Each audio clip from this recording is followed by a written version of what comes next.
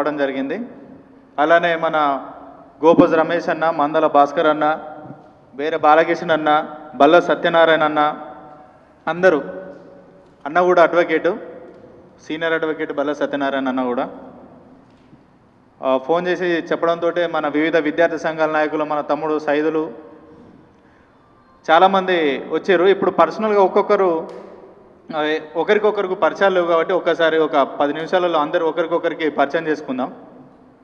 నుంచి ప్రస్తుతం మన తెలంగాణ రాష్ట్రంలో, తెలంగాణ రాష్ట్రం అనే కాదు కానీ టోటల్ భారతదేశంలో ఇప్పటివరకు జరుగుతున్న అంశాల మీద మనకు కొంత అవగాహన ఉన్నది, చదువుకున్న వ్యక్తులుగా అవగాహన ఉన్నది.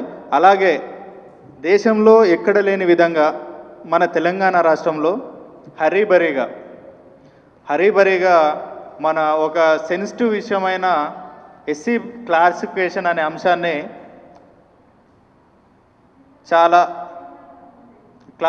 అనే అంశాన్ని హరిబరిగా మన తెలంగాణ రాష్ట్రంలో చేయడానికి దాన్ని ఒక సున్నితమైన అంశాన్ని కూడా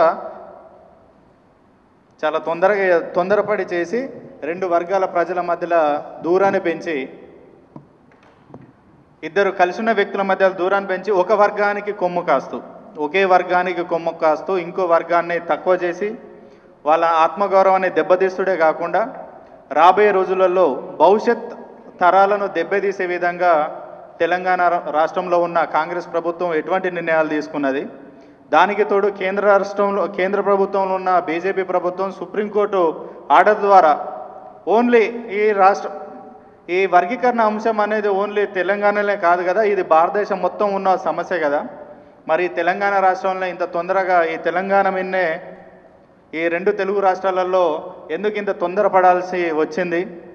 తెలంగాణలో ఉన్న మాలలపైన ఎందుకింత కక్షపూరితంగా వ్యవహరిస్తున్న ఈ 2 గవర్నమెంట్లు, అటు కేంద్రంలో బీజేపీ ప్రభుత్వం అయితేంది, రాష్ట్రంలో కాంగ్రెస్ ప్రభుత్వం అయితేంది, గత 30 ఏళ్ళుగా మన సామాజిక వర్గం పైన ఎక్కలేని కుట్రలు జరిగినాయి, లేనిపోని మన మీద నిందలు వేసిరు. అయినా కూడా మనం ఎక్కడ కూడా ఎవరిని నిందించే ప్రయత్నం చేయలేదు. ఎవరిని కూడా ఈ భారతదేశంలో మన అందరం అంబేద్కర్ గారి వారసులం కాబట్టి ఎవరికైనా మన అంబేద్కర్ గారు కల్పించింది వాక్ స్వాతంత్రపు హక్కు కల్పించింది కాబట్టి, ఎవరికైనా నిరసన తెలిపే హక్కు కల్పించింది కాబట్టి దాన్ని మనం గౌరవిస్తూ ఎవరు ఏ నిరసనలు తెలిపినా మన మీద ఎటువంటి ఏం చేసినా కూడా మనం పెద్ద మనసుతోటి మనం చూసుకుంటూ వచ్చినాం. ఎందుకంటే ఇది రాజ్యాంగం కల్పించిన హక్కు, అది బాబాసాహెబ్ గారు కల్పించిన హక్కు అని చూసుకుంటూ వచ్చినాం. కానీ అదే క్రమంలో బాబాసాహెబ్ గారు కల్పించిన అదే హక్కును ఉపయోగించుకొని బాబాసాహెబ్ గారి నిజమైన వారసులైన మనల్ని ఈ రోజున ఎంత ఇబ్బంది పెట్టే ప్రయత్నానికి గురి చేస్తూ ఉన్నారో మనం ఆలోచించాల్సిన అవసరం ఉన్నది. భారత రాజ్యాంగ పరిరక్షణగా ఉన్న మనల్ని కావలసుకునే ఈ 2 ప్రభుత్వాలు మనల్ని ఇబ్బంది పెట్టి అక్కడ ఆగస్టు 1న సుప్రీంకోర్టు ఏమో తీర్పునిస్తుంది ఎన్నలేని విధంగా. అది పంజాబ్కు సంబంధించిన కేసులో మన తెలంగాణకు సంబంధించిన రాష్ట్రాన్ని మొత్తం దేశానికి సంబంధించిన తీర్పును ప్రకటిస్తుంది. ఇక్కడనేమో దేశంలో ఉన్న 29 రాష్ట్రాలలో ఏ రాష్ట్రానికి లేని తొందరపాటు మన తెలంగాణ రాష్ట్రంలో జరిగింది. ఈ సుప్రీంకోర్టు గైడ్లైన్స్ ప్రకారం ఇప్పుడు 1 man కమిషన్ ఏర్పాటు చేసి, ఈ 1 man కమిషన్ అయితే వేసారు కదా, ఈ 1 man కమిషన్లో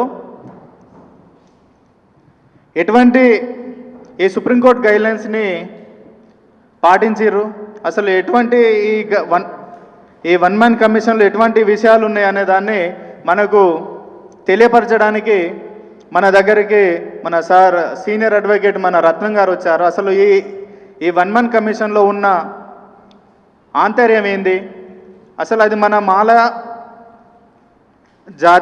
జాతి అనే మన మాల కులస్తులకు, మాల అనుబంధ కులస్తులకు ఎటువంటి చెంపపెట్టులకు, అంటే ఇప్పుడు మెడ మీద కత్తి కదా పెట్టినట్టు పెట్టి మన అస్తిత్వాన్ని దెబ్బకొట్టే ప్రయత్నం చేసినారు. ఇప్పుడు ఏబీసీ వర్గీకరణ అంటే గ్రూప్ 1, 2, 3 వర్గీకరణ చేసి అందులో మనకు ఎటువంటి నష్టం కలిగించే అంశాలు ఉన్నాయి. ఇప్పుడు యువతగా మన మీద బాధ్యత ఉన్నది. అసలు రాబోయే రోజులలో ఎక్కువ నష్టపోయేది విద్యార్థులు, యువకులు. విద్యార్థులు ఉద్యోగస్తులు ఈరోజు విద్యార్థులు రేపటి ఉద్యోగస్తులు ఉంటాం కాబట్టి ఈ రోస్టర్ పాయింట్లలో ఎటువంటి నష్టం జరిగింది, మనకు ఎటువంటి రోస్టర్ పాయింట్లు కల్పించారు, అసలు ఈ వర్గీకరణ అంశం అనేది శాస్త్రీయబద్ధంగా జరిగిందా, సుప్రీంకోర్టు మనకు గైడ్లైన్స్ ప్రకారం ఇది జరిగిందా వర్గీకరణ అనే అంశాన్ని మనకు సార్ గారు వివరిస్తారు. అలాగే మన ఇప్పుడు ప్రస్తుత సమాజంలో మన మాలజాతి ఏ విధంగా రాబోయే రోజులలో ఆర్థికంగా అన్ని రకాలలో ఏ విధంగా మనం అభివృద్ధి చెందాలి, రాబోయే రోజులలో మనం ఏ విధంగా కలిసికట్టుగా ముందుకెళ్ళాలి, అన్ని ఆర్థిక రాజకీయ సామాజిక రంగాలలో మనం ఎట్లా బలపడాలి అంశాన్ని మన అన్నలు ఉన్నారు చాలామంది వాళ్ళ యొక్క సందేశాన్ని మనకి వినిపిస్తారు.